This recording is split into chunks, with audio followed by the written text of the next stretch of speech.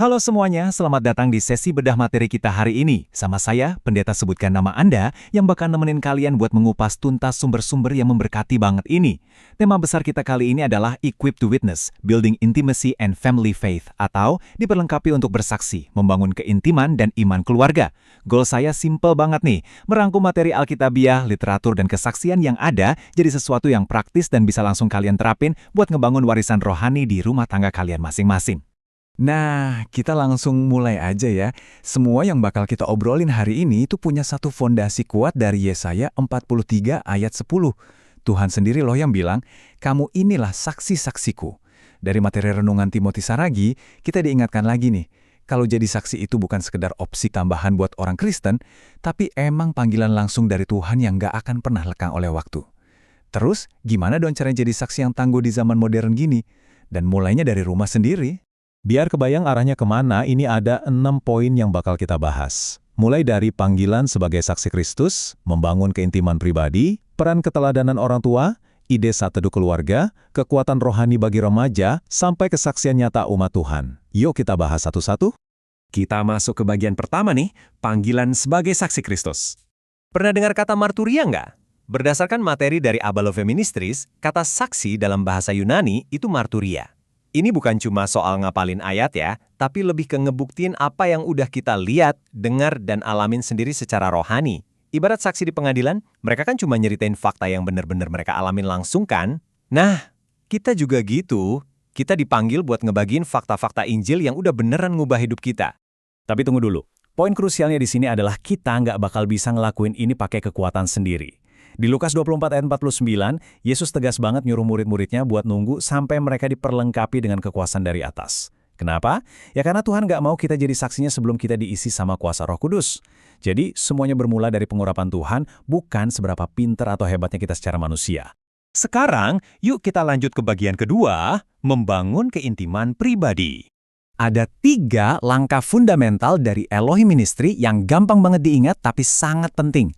Pertama, jadiin hubungan sama Tuhan itu prioritas nomor 1 kalian. Kedua, bangun hidup kalian di atas fondasi iman, yakinin banget kalau Tuhan tuh bener-bener sayang sama kalian. Dan yang ketiga, setia mikul salib. Pertumbuhan rohani itu nggak instan teman-teman, butuh yang namanya komitmen setiap hari dan kerelaan menyangkal diri. Ini nyambung banget sama Kolose 3 ayat 2. Yang ngingetin buat mikirin perkara yang di atas, bukan yang di bumi. Intimasi sama Tuhan itu murni keputusan harian loh. Di tengah sibuknya kerjaan, numpuknya tagihan, atau rasa khawatir, kita ditantang buat secara sadar tetap fokus mikirin surga. Ini pilihan terbaik yang bisa kita buat. Dan semuanya dimulai dari pikiran kita sendiri.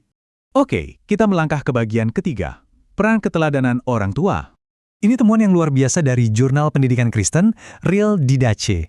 Ternyata riset akademis itu sejalan banget loh sama Alkitab. Orang tua adalah teladan utama dan yang paling pertama dalam ngebentuk iman, moral, sama spiritual anak. Bukan sekolah dan bukan cuma guru sekolah minggu, tapi kalian para orang tua di rumah. Kalianlah gembala pertamanya. Coba deh kita bandingin 2 hal ini. Kalau pendidikan itu terisolasi, artinya anak cuma belajar iman pas di sekolah minggu doang nih, nggak ada pengulangan di rumah.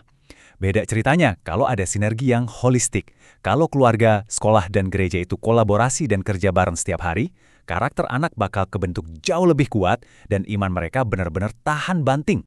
Lanjut ke bagian keempat yang sangat praktis, ide saat teduh keluarga. Kalau kalian bingung mulainya gimana, dari Superbook ada 6 ide super seru nih. Nggak usah dibikin kaku. Kalian bisa baca cerita Alkitab dengan melihat gambaran besarnya. Atau pakai buku renungan yang emang khusus didesain buat keluarga. Libatin semua anggota keluarga buat ikut baca dan berdoa. Sesekali, luangin waktu khusus cuma buat baca Alkitab aja tanpa tambahan macam-macam. Mau suasana baru? Coba deh saat teduh di luar rumah, di alam terbuka gitu. Dan yang paling penting, tentuin waktu yang konsisten. Misalnya selalu jam 5 pagi atau jam 9 malam. Bikin itu jadi momen seru yang selalu dinanti-nanti. Buat contoh gampangnya, kalian bisa terapin sistem rotasi untuk yang mimpin saat teduh. Misalnya, hari Senin yang mimpin baca Alkitab itu ayah. Terus Selasa, gantian anak yang mimpin puji-pujian. Nah, hari Rabunya ibu yang mimpin doa syafaat. Cara sederhana ini ampuh banget loh buat bikin anak-anak merasa dilibatin dan ngebantu mereka mulai ngerasa punya tanggung jawab sama iman mereka sendiri sejak dini. Sekarang kita masuk ke bagian kelima, kekuatan rohani bagi remaja. Siapa bilang ngajarin kebenaran Alkitab ke remaja itu susah dan ngebosenin? Materi kegiatan remaja kita ngasih ide-ide yang interaktif banget. Misalnya main kapal perang pakai ayat Alkitab di balik selimut. Atau bikin jalur rintangan fisik buat belajar perlengkapan senjata Allah. Bisa juga ngadain fashion show buat belajar standar kesopanan Tuhan. Atau ngehias kue buat ngegambarin perumpamaan di Alkitab. Seru banget kan? Belajar kebenaran Tuhan ternyata bisa jadi pengalaman yang fun dan nempel terus di ingatan mereka. Dan akhirnya, kita sampai di bagian ke-6, kesaksian nyata umat Tuhan.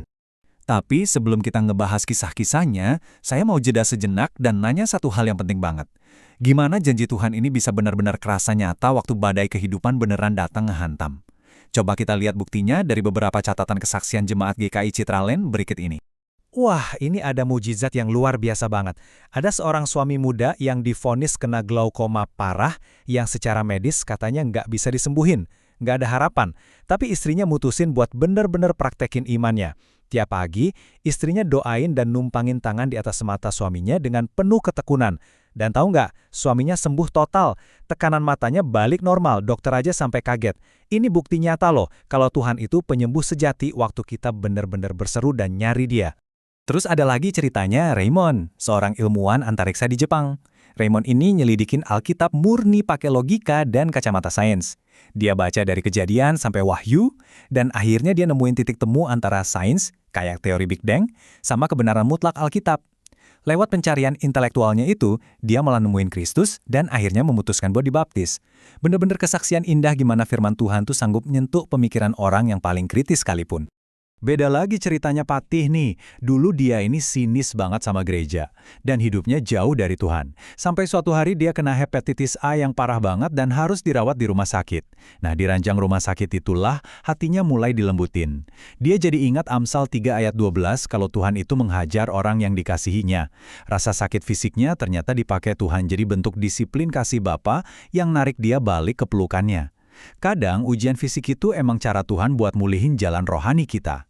Dan ini ada satu kalimat yang ngena banget dari seorang ibu janda yang baru aja kehilangan suaminya secara mendadak. Di tengah kebingungannya, dengan anak-anak yang masih kecil dia bilang gini, Tuhan turun tangan, manakala kita angkat tangan. Lewat penyerahan total ini, dia nyaksiin sendiri gimana Tuhan pelihara dan berkatin hidup keluarganya secara luar biasa. Percaya deh, berserah penuh sama kedaulatan Tuhan itu adalah warisan rohani paling tinggi yang bisa kita miliki.